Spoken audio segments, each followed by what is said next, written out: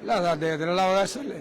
തെരഞ്ഞെടുപ്പല്ലേ, എല്ലാ രാഷ്ട്രീയ നേതാക്കളും പ്രചരണത്തിനിറങ്ങും. ഞങ്ങളുമൊക്കെ നേരത്തെ തന്നെ തെരഞ്ഞെടുപ്പ് പ്രചരണം തുടങ്ങിയതാണ്. എല്ലാവരും പ്രചരണത്തിനിറങ്ങും. അദ്ദേഹം ഇറങ്ങട്ടെ. പക്ഷെ അദ്ദേഹം ഇപ്പൊ ചെയ്തുകൊണ്ടിരിക്കുന്നത് കാസർഗോഡ് വെച്ച് നടത്തിയ ഒരു പ്രസംഗം, ആദ്യം നടത്തിയ പ്രസംഗം, CAA-യുമായി ബന്ധപ്പെട്ട് നടത്തിയ പ്രസംഗം ഇപ്പോഴും അത് തന്നെ പറഞ്ഞുകൊണ്ടിരിക്കുകയാണ്.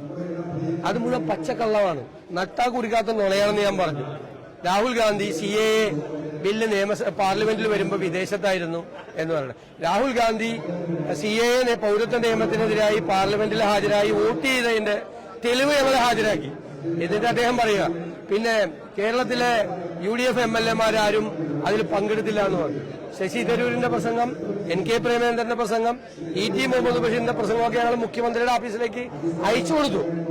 ഇവരെല്ലാം എല്ലാ UDF MP-മാരും വന്ന്, രാഹുൽ ഗാന്ധി അടക്കമുള്ള കേരളത്തിലെ MP-മാർ എല്ലാവരും വന്ന് പൌരത്വ നിയമത്തിനെതിരായി വോട്ട് ചെയ്തതിന്റെ രേഖ പാർലമെന്റിൽ രേഖയുണ്ട്.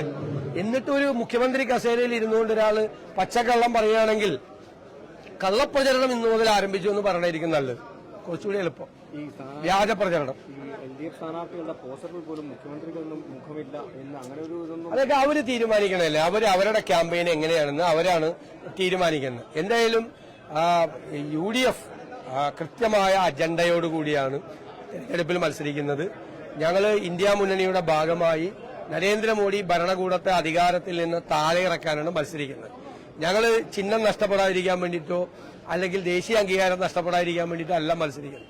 ഈ തെരഞ്ഞെടുപ്പിൽ മത്സരിക്കുന്നത് വർഗീയതയെ കുഴിച്ചുമൂടി ഫാസിസത്തെ ഇല്ലാതാക്കാൻ വേണ്ടിയിട്ടുള്ള പോരാട്ടത്തിന്റെ ഭാഗമായിട്ടാണ് കോൺഗ്രസ് ദേശീയ തലത്തിലും അതുപോലെ UDF കേരളത്തിലും മത്സരിക്കുന്നത്. ഞങ്ങൾ ഒറ്റക്കെട്ടായി ഒരു ടീമായിട്ട് മത്സരിക്കുകയാണ്. ഞങ്ങളുടെ പ്രതീക്ഷ കഴിഞ്ഞ വർഷം നഷ്ടപ്പെട്ട ആലപ്പുഴ സീറ്റ് ഉൾപ്പെടെ 20-ൽ 20 സീറ്റും നേടി ഉജ്ജ്വലമായ വിജയം, ചരിത്രപരമായ വിജയം ഈ തെരഞ്ഞെടുപ്പിൽ ഉണ്ടാകും എന്ന് തന്നെയാണ് ഞങ്ങളുടെ പ്രതീക്ഷ.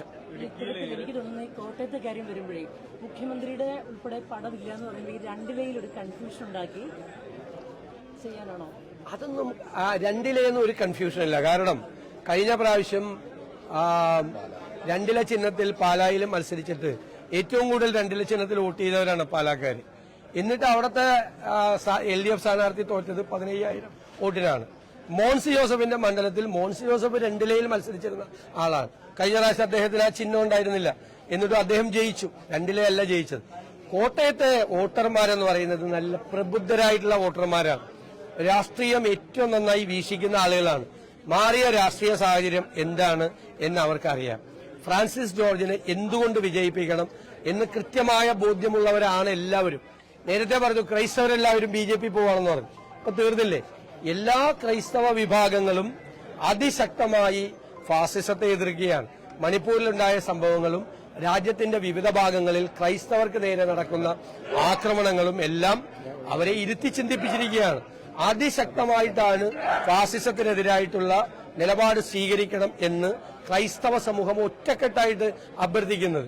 അപ്പൊ ഇവര് പോകുന്നത് പോലെ അവിടെ ചിഹ്നം പോകാതിരിക്കാൻ വേണ്ടിയിട്ടല്ല പോകുന്നത്, ഫാസിസത്തെ ചെറുത്തു തോൽപ്പിക്കാൻ വേണ്ടിയിട്ടാണ് ഫ്രാൻസിസ് ജോർജ് ഉൾപ്പെടെയുള്ള ആളുകൾ പാർലമെന്റിലേക്ക് മത്സരിക്കുന്നത്. അതിനുള്ള ആ പ്രബുദ്ധത, രാഷ്ട്രീയ പ്രബുദ്ധത കേരളത്തിലെ ഏത് സ്ഥലത്തേക്കാൾ കൂടുതലുള്ള സ്ഥലമാണ് കോട്ടയം. ഒരു സംശയം ഞങ്ങൾക്ക് ആകാരുന്നില്ല. ഈ ആദായ നികുതിയുടെ ഒരു നോട്ടീസ് 1700 കോടിയോളം രൂപ കോൺഗ്രസിനെ അത്തരത്തിലുള്ള സമ്മർദ്ദങ്ങൾ ഇപ്പൊ ED വന്നു, CBI വന്നു, അപ്പോൾ കൂടുതൽ പ്രതിരോധത്തിലാക്കുന്നു. ഇല്ലല്ലോ, കോൺഗ്രസിനെ പ്രതിരോധത്തിലാക്കുകയല്ല, ജനങ്ങൾ അറിയുകയാണ്. ഒരു ഭരണകൂടം ആ രാജ്യത്തെ ഏറ്റവും സുപ്രധാനമായ തെരഞ്ഞെടുപ്പ് നടക്കുമ്പോൾ മുഖ്യ പ്രതിപക്ഷ കക്ഷിയെ എങ്ങനെ പ്രവർത്തിപ്പിക്കാതിരിക്കാൻ നോക്കുന്നു എന്നുള്ളതിന്റെ, ഞാൻ നേരത്തെ പറഞ്ഞതുപോലെ ഫാസിസത്തിന്റെ ഏറ്റവും ക്രൂരമായ മുഖമാണ് കാണുന്നത്. ഞങ്ങൾക്ക് പണമില്ല, രാഹുൽ ഗാന്ധി പറഞ്ഞതുപോലെ പണമില്ല മത്സരിക്കാൻ, പക്ഷെ ജനങ്ങൾ ഞങ്ങൾക്ക് പണം തന്ന് സഹായിക്കും. ഞങ്ങളൊക്കെ ആളുകൾ വിളിക്കുകയാണ്, ഞങ്ങളുടെ സ്ഥാനാർത്ഥികളോട് ആളുകൾ പറയുകയാണ്, ഞങ്ങൾക്ക് ജനങ്ങൾ പണം തരും. ഞങ്ങൾ ക്രൗഡ് ഫണ്ടിങ് നടത്തി സാധാരണക്കാരായ പാവങ്ങളായ കൂലിപ്പണിക്കാരുടെയും വീട്ടുജോലിക്ക് പോകുന്നവരുടെയൊക്കെ പണം കൊണ്ട്, അവർ നൽകുന്ന 50 രൂപയും 100 രൂപയും കൊണ്ട് ഞങ്ങൾ തെരഞ്ഞെടുപ്പ് നടത്തും. ഞങ്ങളെ പണം കൊണ്ടൊന്നും തോൽപ്പിക്കാൻ പറ്റില്ല. പക്ഷേ എത്ര ക്രൂരമായിട്ടാണ് ഫാസിസത്തിന്റെ മുഖം, എത്ര ക്രൂരമാണ്. ഇവരാണ് വീണ്ടും അധികാരത്തിൽ വരുന്നതെങ്കിൽ ഇന്ത്യയിൽ പ്രതിപക്ഷം പോലും ഉണ്ടാവില്ലല്ലോ. പ്രതിപക്ഷ നേതാവിനെ ജയിലിലിട്ട് വിഷം കൊടുത്തു കൊന്ന റഷ്യയിലെ പുട്ടിനെ ഓർമ്മിപ്പിക്കുകയാണ് ഇവര് യഥാർത്ഥത്തിൽ. അപ്പോ ഇവർ വീണ്ടും അധികാരത്തിൽ വന്നാൽ എന്തായിരിക്കും സംഭവിക്കാൻ പോകുന്നതിന്റെ ഏറ്റവും വലിയ സൂചനയാണ് ഈ ഇൻകം ടാക്സ് വഴിയൊക്കെ നടത്തിയത്. ആകെ 14 ലക്ഷം രൂപ അയാളെയാണ് ക്യാഷ് ആയിട്ട് ട്രാൻസ്ഫർ ചെയ്ത് ഞങ്ങളുടെ അക്കൗണ്ടിൽ. അത് ഞങ്ങളുടെ എംപിമാര് ലെവി പോലെ കൊടുത്ത പൈസയാണ്, അല്ലാതെ കള്ളപ്പണമൊന്നുമല്ല. അതിനാണ് ഞങ്ങളുടെ അക്കൗണ്ട് മുഴുവൻ ഫ്രീസ് ചെയ്ത് മുഴുവൻ ഭരണത്തിന്റെ എല്ലാ സൗകര്യങ്ങളും ഉപയോഗപ്പെടുത്തി കോൺഗ്രസിനെ പ്രവർത്തിക്കാതിരിക്കുകയാണ്.